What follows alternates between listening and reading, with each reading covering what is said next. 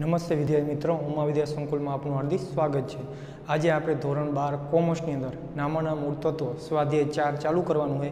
છેલ્લા પિરિયડમાં આપણે સ્વાધ્યાય ત્રીજું પાઘડીના વાર્ષિક હિસાબો પૂરું કર્યું હતું। આજે આપણે સ્વાધ્યાય ચોથું ભાગીદારી પેઢીનું પુનઃગઠન। તો એની અંદર તમારી અંદર બોર્ડમાં શું પૂછાય?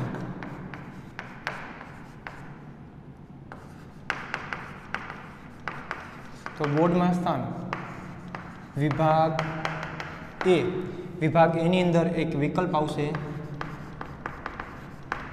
1 मार्क। पछी विभाग बी नी अंदर एक वाक्यनो प्रश्न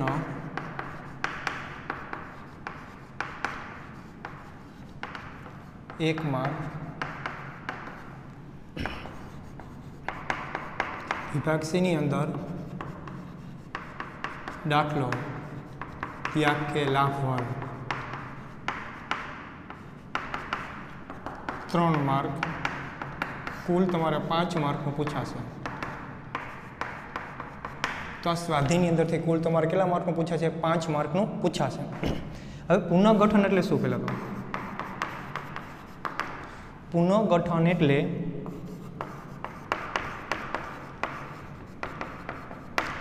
जुदा जुदा जुदा जुदा कारणों ने लीधे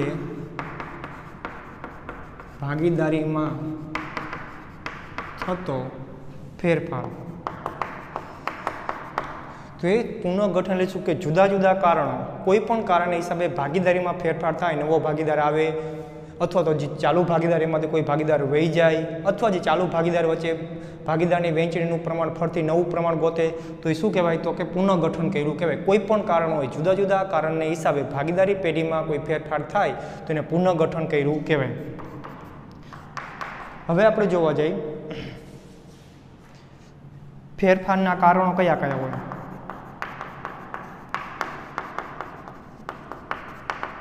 तो फेरफारना कारणों कया कया होई सके?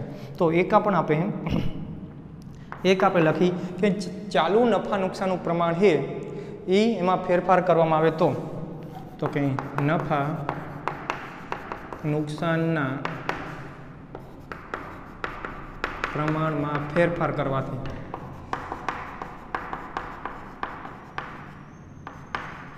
નફા નુકસાનના પ્રમાણમાં ફેરફાર કરવાથી आ नफा नुकसान प्रमाण में फेरफार करवानो होय ज आपणे आ स्वाध्यायनी अंदर आपणे जोवानुं होय। बीजुं कारण है भागीदारीनो नवा भागीदारनो प्रवेश। एक कोई चालू 3 भागीदार में चौथो कोई नवो भागीदार आवे तो पण नफा नुकसान प्रमाण फेरफार एटले एना फेरफारना कारणो कहेवाय पुनर्गठन। त्यार पछी आवे चालू भागीदारमांथी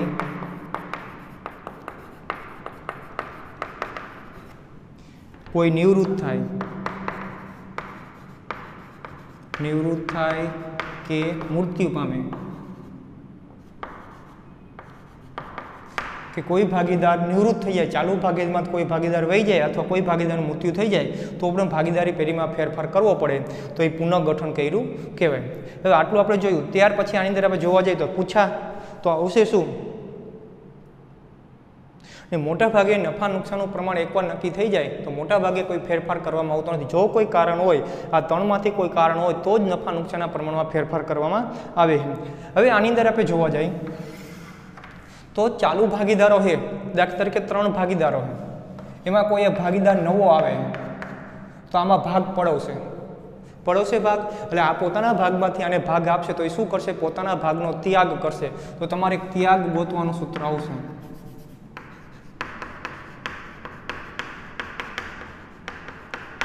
भागीदारનો त्याग तमारे गोतवो पड़शे। तो भागीदारनो त्याग गोतवा माटे नफा जूनो भाग माइनस नवो भाग। जूनो भाग एटले नफा नुकसान तमे जूनुं प्रमाण आपेलुं हशे, नवो भाग एटले नफा नुकसाननुं नवुं प्रमाण आपेलुं हशे। जो कोई भागीदारनो त्याग गोतवानो थाय तो जूनो भाग माइनस नवो भाग लखवो पड़े तमारे। हवे याद कई रीते राखवानुं? હવે જ્યારે આપણે ત્યાગ કરે તો જૂનો ભાગ વધારે હોય કે નવો ભાગ વધારે હોય, તો વિચાર રાખવાનો આપણા ભાગમાંથી બીજાને કોઈને આપી એટલે આપણે ત્યાગ કરી આપણો જૂનો ભાગ વધુ હોય, જે વધુ હોય ને એ પહેલાં આવે એ રીતે યાદ રાખવાનું તમારે. જૂનો ભાગ માઇનસ નવો ભાગ હવે એનો ઓછો થઈ જાય છે, પોતાના ભાગમાં આપશે. હવે યાદ રાખો તમે આ સૂત્રનો ઉપયોગ કર્યો છે ત્યાગના સૂત્રમાં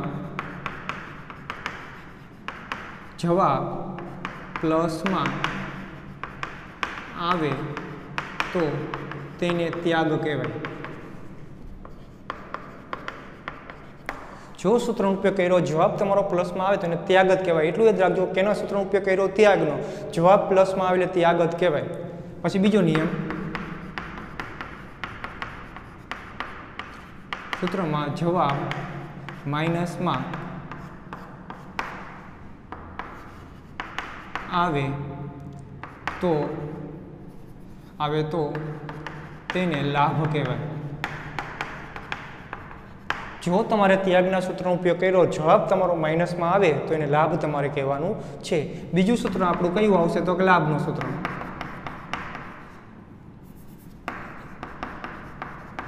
ભાગીદારનો લાભ બરાબર. હવે લાભ ક્યારે થાય આપણને? જૂનો ભાગ હતો એમાં વધ્યો એટલે આપણને ભાગ થયો એટલે આપણું જે જૂનું પ્રમાણ રહ્યું એ આપણું વધશે અને નવું પ્રમાણ રહ્યું એ આપણું ઘટશે. હવે ઊંધું થઈ જાય, નવો ભાગ જૂના કરતાં નવો વધી ગયો એટલે આપણને ફાયદો થયો. હતો આપણો જે જૂનો હતો એ ઓછો હતો, એમાં વધારાનો આવ્યો એટલે નવો ભાગ વધી ગયો. જે વધી ગયો એ પહેલાં રાખવાનો, નવો ભાગ માઇનસ જૂનો ભાગ. આ સૂત્રો બધાને આડાવડા ઘણી વાર થઈ જાય એટલે ખાસ ધ્યાન રાખવાનું. હવે આની અંદર આપણે જોવા જાય લાભના સૂત્રનો જવાબ પ્લસમાં આવે તો કયા સૂત્રનો ઉપયોગ કર્યો? લાભનો. જવાબ કેમ આવ્યો? પ્લસમાં, તો એને લાભ જ કહેવાય. તો તેને લાભ કહેવાય. હવે ઊંધું, લાભના સૂત્રનો જવાબ માઇનસમાં આવે તો તેને ત્યાગ કહેવાય. યાદ રાખજો કે કોઈ પણમાંથી તમે ગમે સૂત્રનો ઉપયોગ કરો જવાબ સરખો જ આવશે. હવે તમારે નક્કી ક્યાં કરવાનું કે કયું સૂત્ર ક્યારે મૂકો? તો રકમની અંદર તમે કીધું જ હશે કે ભાગીદારનો ત્યાગ ગોતો. ત્યાગ ગોતવાનું કહેતો ત્યાગનો સૂત્ર ઉપયોગ કરવાનો, લાભ ગોતવાનું કહેતો લાભના સૂત્રનો ઉપયોગ કરવાનો. આ બે સૂત્રના આશા હિસ્સના ધ્યાનમાં રાખીને જ તમને 3 માર્કનો દાખલો પૂછાશે. હવે આગળ જોઈએ આપણે.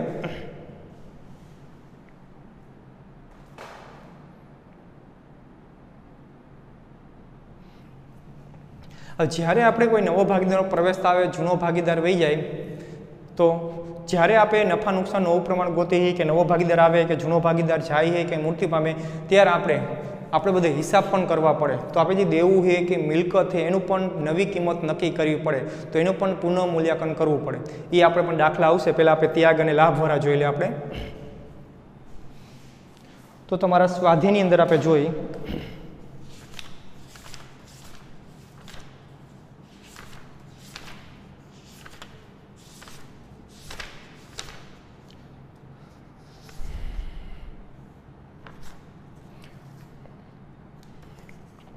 સ્વાધ્યાયની તમે જોવા જાઓ તો તમારે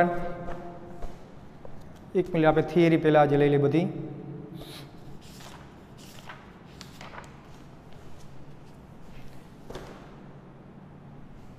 હવે એક પોઈન્ટ યાદ રાખવાનો, જ્યારે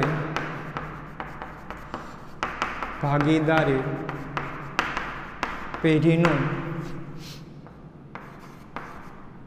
પુનઃ મૂલ્યાંકન, જ્યારે ભાગીદારી પેઢીનું પુનઃગઠન કરવામાં આવે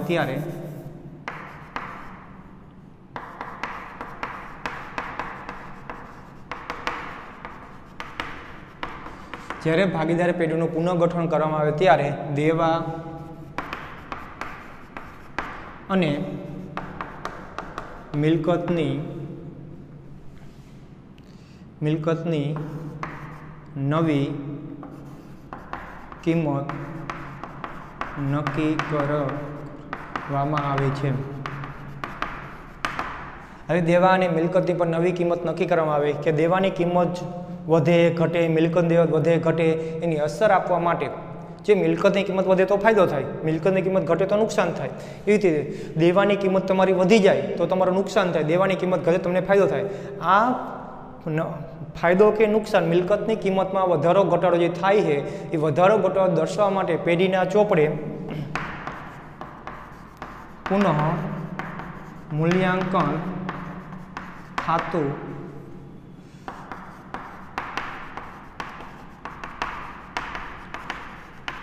પુનઃ મૂલ્યાંકન ખાતું બનાવવામાં આવે છે કે પુનઃ મૂલ્યાંકન વખતે પુનઃગઠન વખતે દેવા અને મિલકતની ફરતી આકારણી જે કરવામાં આવે ને નવી કિંમત ગોતવામાં આવે એની અસર દર્શાવવા માટે પેઢીના ચોપડે પુનઃ મૂલ્યાંકન ખાતું બનાવવામાં આવે, જેને નફા નુકસાન હવાલા ખાતું પણ કહેવાય.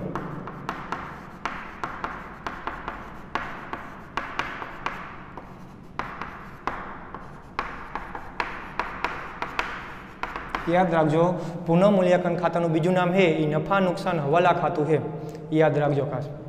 હવે આની અંદર તમારે ક્યારેક શું લખવાનું એ આપણે જોઈ.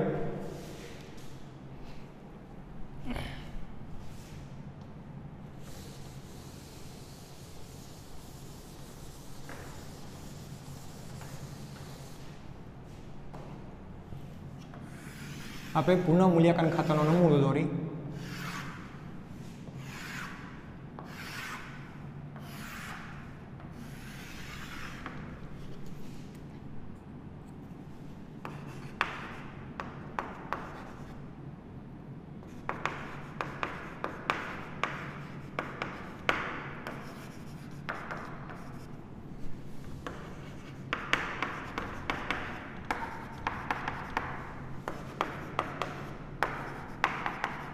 હવે તમારે અહીંયા અસર ધ્યાનમાં રાખવા માટે શોર્ટકટ તમારે શું યાદ રાખવા માટે કઈ વિગત ઉધાર બાજુ લખાય, કઈ વિગત જમા બાજુ લખાય. તો આપણો 11મા ધોરણની અંદર ઉધાર જમાનો નિયમ શું આવતો હતો કે નફો ખર્ચ કે નુકસાન થાય તો ઉધાર બાજુ લખવાનું, નફો કે ફાયદો થાય લાભ થાય તો જમા બાજુ લખવાનું. એટલું તમારે યાદ રાખવાનું. હવે મિલકતની કિંમત રહી એ આપણી ઘટી ગઈ, પહેલાં હતી 1 લાખ ને થઈ ગઈ 80,000. તો મિલકતની કિંમત ઘટી જાય તો આપણને નુકસાન થાય, આપણી મિલકત ઘટી જાય તો આપણને નુકસાન થાય.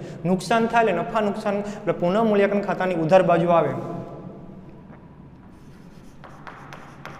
મિલકત ખાતે અકાઉન્ટ્સમાં કિંમત ઘટે ત્યારે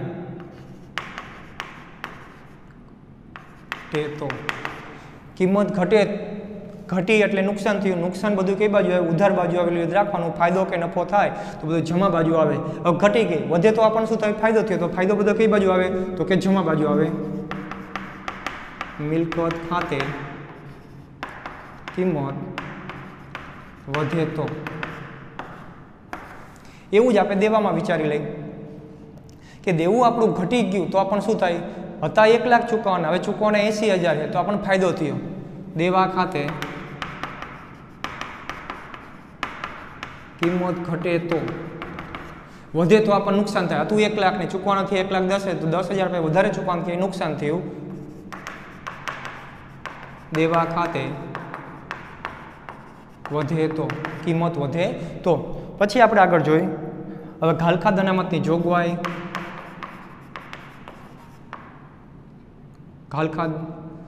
ઘાલખાદની જોગવાઈ, ઘાલખાદ અનામત,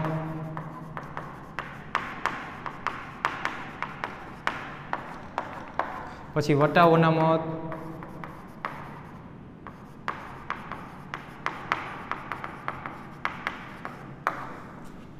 આ ત્રણેય તમે જુઓ તમારું જે લેણું છે એટલે કે દેવાદારો એમાંથી માઇનસ કરવામાં આવે એટલે કે દેવાદારો ઘટી જાય. દેવાદારો આપણે શું કહેવાય મિલકત કહેવાય. મિલકત ઘટે એટલે કઈ બાજુ આવે તો કે નુકસાન થયું એટલે પુનઃ મૂલ્યાંકન ખાતાની ઉધાર બાજુ તમે લખવાનું હોય. ઘાલખાદ અનામત વટાવ અનામત આપી હોય તો તમારી એની ઉધાર બાજુ આપણે લખવાનું. ત્યાર પછી આગળ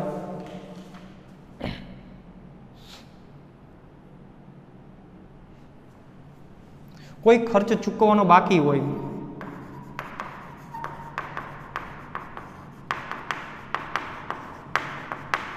કોઈ ખર્ચો તમારે ચૂકવવાનો બાકી રહી ગયો તમને પાછળથી યાદ આવ્યું તો આપણું નુકસાન થયું તો પણ અહીંયા આવે.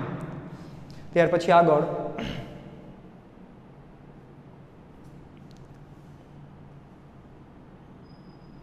કોઈ મિલકત નોંધવાની બાકી રહી ગઈ હોય, એક આપણે દાખલા તરીકે કોઈ કબાટ લીધો તો પછી પાછળથી યાદ આવ્યું કે નોંધવાનો બાકી રહી ગયો તો આપણે ફાયદો થયો, મિલકત આપણી વધી. મિલકત ખાતે નોંધવાની બાકી હોય ત્યારે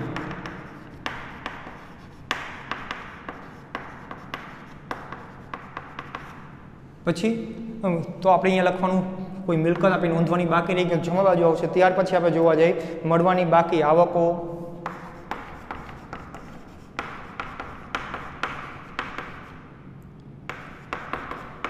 ત્યાર પછી આવશે અગાઉથી ચૂકવેલ ખર્ચાઓ,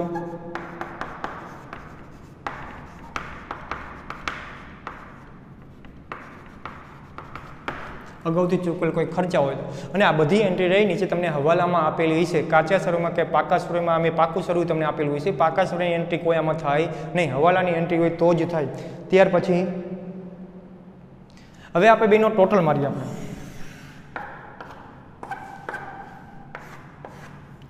જો જમા બાજુ ટોટલ વધારે આવે, ટોટલ અહીંયા મૂકો, અહીંયા જે રકમ ખૂટે એને નફો કહેવાય. જે રીતે નફા નુકસાન ખાતામાં કંઈ એ જ રીતે અહીંયા રકમ ખૂટે તો એને નફો કહેવાય. એ જેટલા ભાગીદારો એ હોય કે બી હોય એને વેચવું પડે. કયા પ્રમાણમાં? નફા નુકસાનના પ્રમાણમાં.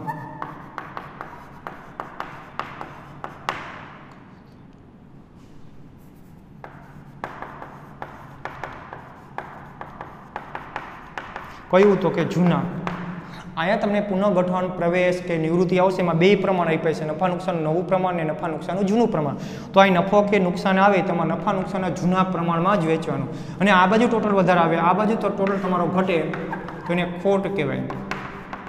અહીંયા પણ એ બી તમારે વેચવાનું, એ પણ જૂના પ્રમાણમાં.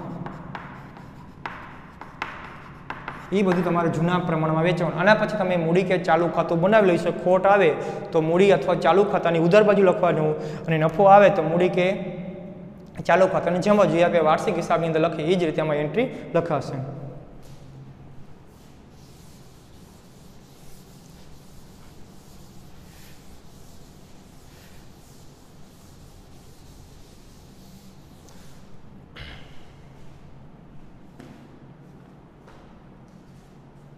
હવે આના ઉપર તમારી આમનોંધ આવે લખવાની તમને આવે.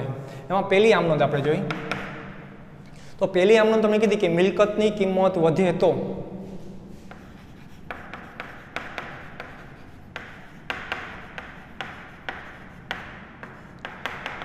મિલકતની કિંમત વધે તો, વધે આપણે ફાયદો થયો તો કઈ બાજુ લખશું આપણે? પુનઃ મૂલ્યાંકનની જમા બાજુ લખશું. વધે તો પુનઃ મૂલ્યાંકન ખાતે જમા આવે અને ઉધાર જે તે મિલકત ખાતે આવે. તો આપણી કિંમત વધે ક્યારે? મિલકત વધે ક્યારે? કોઈ નવી મિલકત આવે તો વધે, આવે તો ઉધાર. તો જે તે મિલકત ખાતે ઉધાર તે પુનઃ મૂલ્યાંકન ખાતે. કોઈ મિલકતની કિંમત તમારી વધે તો જે તે મિલકત ખાતે ઉધાર ને પુનઃ મૂલ્યાંકન ખાતે જમા કરવાનું. બીજું એનું ઊંધું.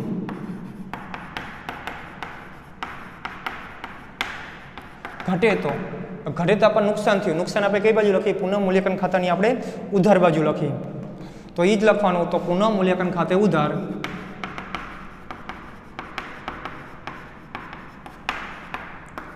તે જે તે મિલકત ખાતે, જે તે મિલકત ખાતે જમા. એવું દેવાનું.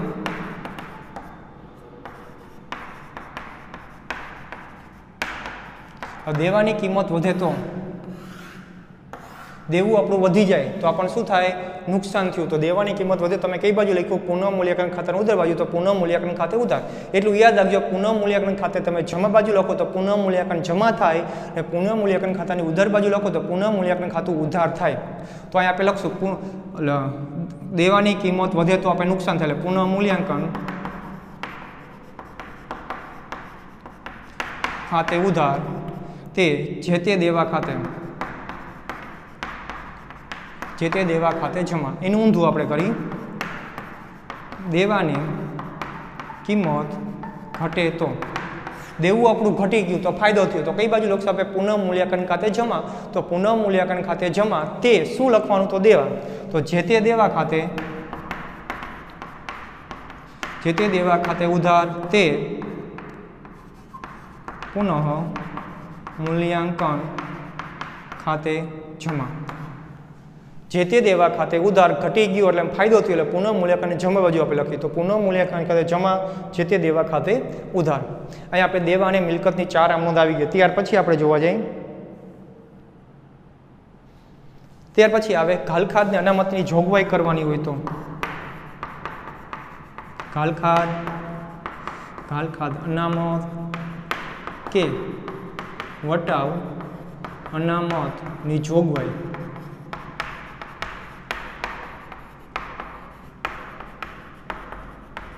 આ બધી આમ નોંધ તમારે પાકી નોટમાં લખવાની છે. મેં જે પુનઃમૂલ્યાંકનનો જોઈ પુનઃમૂલ્યાંકનની આમ નોંધ આમ વ્યાખ્યા લખાવી વ્યાખ્યા, ત્યાર પછી બધા સૂત્રો લખાવ્યા સૂત્રો, એના નિયમ બધા લખાવ્યા નિયમ, ત્યાર પછી પુનઃમૂલ્યાંકન ખાતું પાકી નોટમાં લખવાનું હોય. જેટલી આમ નોંધ લખાવી આમ નોંધ પણ તમારે લખવાની છે. તમારી ટેક્સ્ટ બુકમાં બધી આપેલી છે. હવે ઘાલખાદ અનામત ઘાલખાદ કે ઘાલખાદની જોગવાઈ કરવાની તો આપણું નુકસાન થાય. બધું કઈ બાજુ લખ્યું? પુનઃમૂલ્યાંકન ખાતાની ઉધાર બાજુ. તો પુનઃમૂલ્યાંકન ખાતે ઉધાર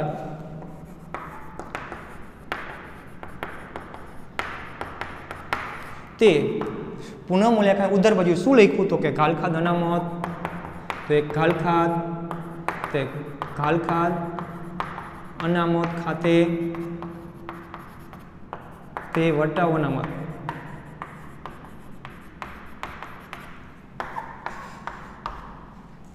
આ રીતે ઉધાર બાજુ લખો તો પુનઃમૂલ્યાંકન ખાતે ઉધાર, જે લખો એ તમારે જમા કરી દેવાનું. ત્યાર પછી આવે છે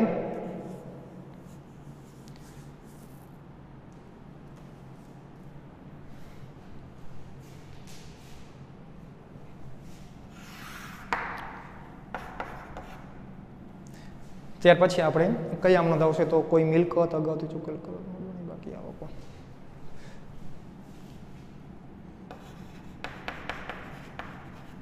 અગાઉથી ચૂકવેલ ખર્ચ,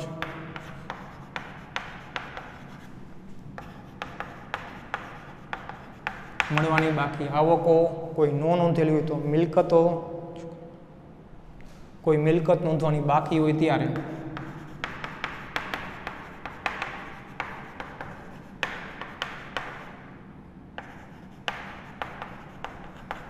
હવે કઈ અગાઉથી ચૂકવેલ ખર્ચ નોંધવાનો બાકી રહી ગયો. તમે ચૂકવો પણ અગાઉથી ચૂકવો, અગાઉથી કોઈ ખર્ચો ચૂકવી તો આપણે ક્યાં લાગતા? મિલકત લેણા બાજુ. મિલકત લેણા બાજુ એટલે મિલકત થયેલ આપણી મિલકત વધે તો આપણને ફાયદો થાય. ફાયદો થાય તો પુનઃમૂલ્યાંકનની જમા બાજુ.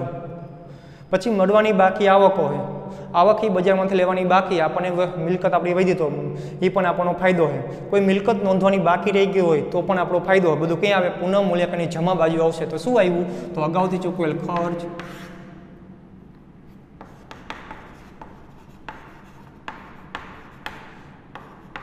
ખાતે ઉધાર,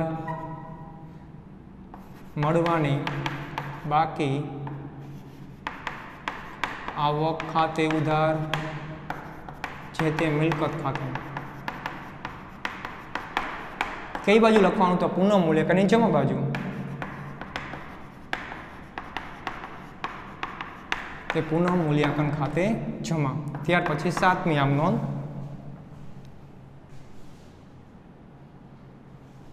કોઈ દેવું નોંધવાનું બાકી રહી ગયું હોય તો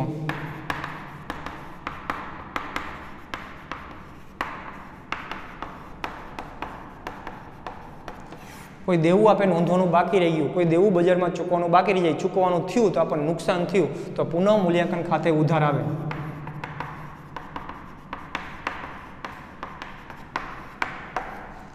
તે જે તે દેવા ખાતે, કોઈ દેવું રકમ બાકી રહી ગયું તો આપણે આ બાજુ આવશે દેવા ખાતે. મેં નથી લખ્યું, દેવા ખાતે નોંધવાનું બાકી હોય ત્યારે. હવે આપણે ટોટલ, હવે બધી વિગત આવી ગઈ, હવે ટોટલ મારવાની. તો નફાની આમ નોંધ અને ખોટની આમ નોંધ. પુનઃમૂલ્યાંકન ખાતાની ખોટ કે નફો હોય ત્યારે તો પેલી આપણે લખશું નફાની. નફો કઈ બાજુ આવ્યો? તો કે પુનઃમૂલ્યાંકન ખાતે ઉધાર બાજુ આવ્યું. તો પુનઃમૂલ્યાંકન ખાતે ઉધાર.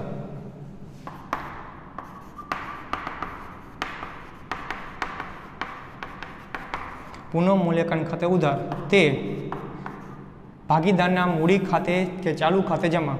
તે ભાગીદારના મૂડી કે ચાલુ ખાતે. બે હોય તો બે લખવાનું, એના મૂડી કે ખાતે જમા, બીના મૂડી ખાતે જમા, એ કે બી ખાતે. ખોટ હોય ત્યારે તો ઊંધું. ખોટ કઈ બાજુ આવે? તો પુનઃમૂલ્યાંકનની જમા બાજુ. તો પુનઃમૂલ્યાંકન જમા તો ઉધાર ક્યાં લઈ જવાનું? તો ભાગીદારના મૂડી કે ચાલુ ખાતે.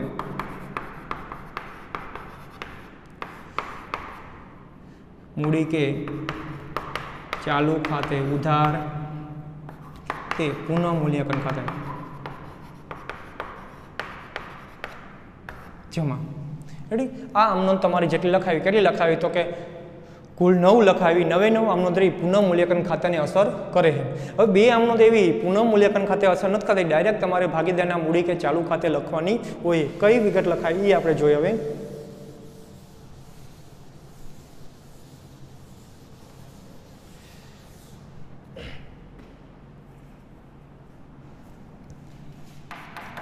એટલે કે આપણે 9 થઈ. હવે આ 9મી આમનોંધ એકત્રિત નફો કે અનામત કે ભંડોળની આમનોંધ.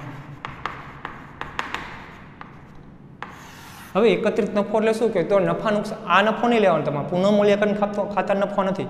તો કે નફા નુકસાન ખાતાનો નફો તમે પાકા સ્વરૂપમાં આપ્યો હોય તો પછી બધી અનામત કઈ હોય, સામાન્ય અનામત છે, કારીગર અકસ્માત ભંડોળ છે, કારીગર અકસ્માત અનામત છે, એ બધા શું આવે કા અનામતો આવે બધી. અને ભંડોળ એટલે કે રોકાણ વધઘટ ભંડોળ, એ બધા ભંડોળો. તો એની આમનોંધ આપણે શું લખવાની તો કે નફા નુકસાન તો આપણે હવે નફો આવ્યો તો નફો આવે ક્યાંથી તો કે નફા નુકસાન ખાતાની ઉધાર બાજુથી આવશે. તો નફા નુકસાન ખાતે ઉધાર,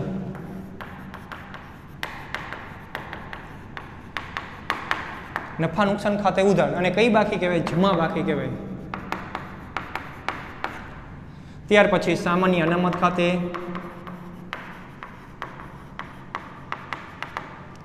ઉધાર, મૂડી અનામત ખાતે, સામાન્ય અનામત ખાતે, મૂડી અનામત ખાતે ઉધાર.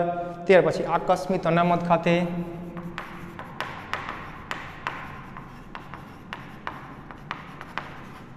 આકસ્મિક અનામત. ત્યાર પછી અનામત ભંડોળ,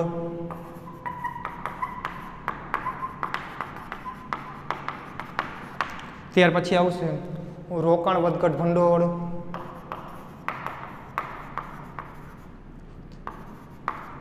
વધઘટ ભંડોળ ખાતે. ત્યાર પછી આવશે છેલ્લું કારીગર અકસ્માત વળતર ભંડોળ.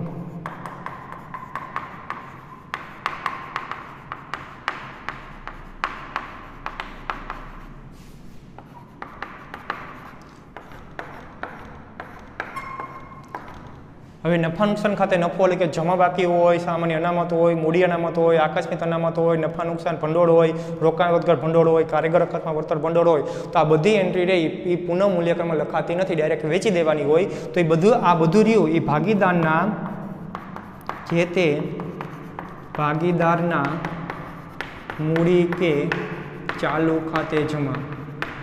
જેટલા ભાગીદારોને વેચવા દે કયા પ્રમાણમાં? નફા નુકસાનના જૂના પ્રમાણમાં.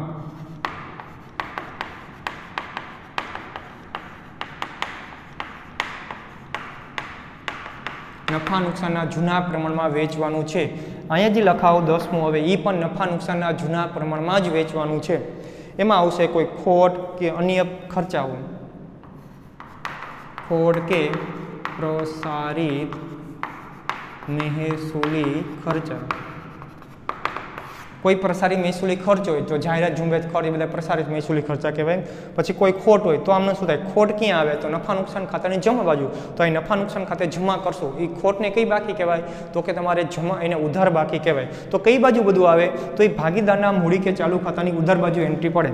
તો જે તે ભાગીદારના મૂડી કે ચાલુ ખાતે ઉધાર. શું? એક તો નફા નુકસાન ખાતે, અને કઈ બાકી કહેવાય? ઉધાર બાકી. ઘણી વાર તમને ઉધાર બાકી કરીને આપશે, નફા નુકસાન ઉધાર બાકી. તમારે નક્કી કરવાનું હોય ખોટ છે કે નફો છે. ઉધાર બાકી એટલે ખોટ હોય. ત્યાર પછી જાહેરાત ઝુંબેશ ખર્ચ,